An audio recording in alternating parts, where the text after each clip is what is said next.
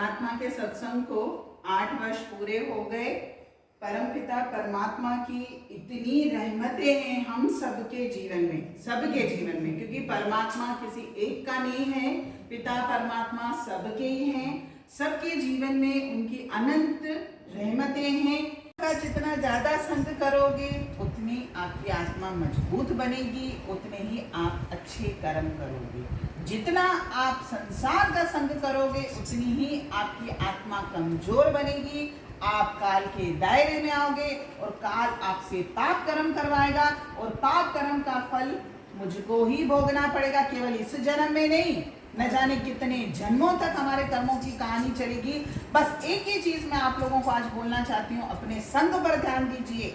अपने संग पर मुझे किसका संग करना है? परमात्मा का संग करना है कि संसार रूपी काल का संग करना है? संसार का जितना संग करोगे, चाहे आपके रिश्तों के रूप में करिए, पड़ोसियों के रूप में करिए, किसी भी रूप में करोगे, जितना ज्यादा संग करोगे आपके आत्मा पर मेल चढ़ेगी।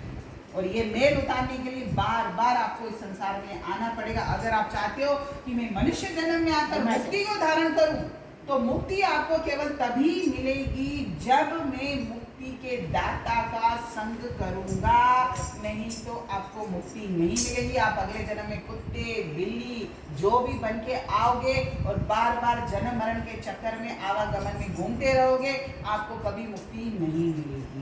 इसलिए इस मनुष्य जन्म को अगर भगवान ने दिया है हमको, तो इस जन्म का भरपूर फायदा उठाओ आप और उसका संग बढ़ाइए। वाणी के रूप में बढ़ाइए, भजन के रूप में बढ़ाइए, मंदिर गुरुद्वारों के रूप में बढ़ाइए, नाम जप के रूप में बढ़ाइए, सिमरन के रूप में बढ़ाइए, सत्संग के रूप में बढ़ाइए। आपको जो साधन मिलता है सब में बढ़ाइए, लेकिन इसका संग बढ़ाइए, ताकि मैं इस संसार से जाऊं तो मेरी आत्मा मुक्त होकर जाए, वापस इस गंदे संसार में कभी भी ना।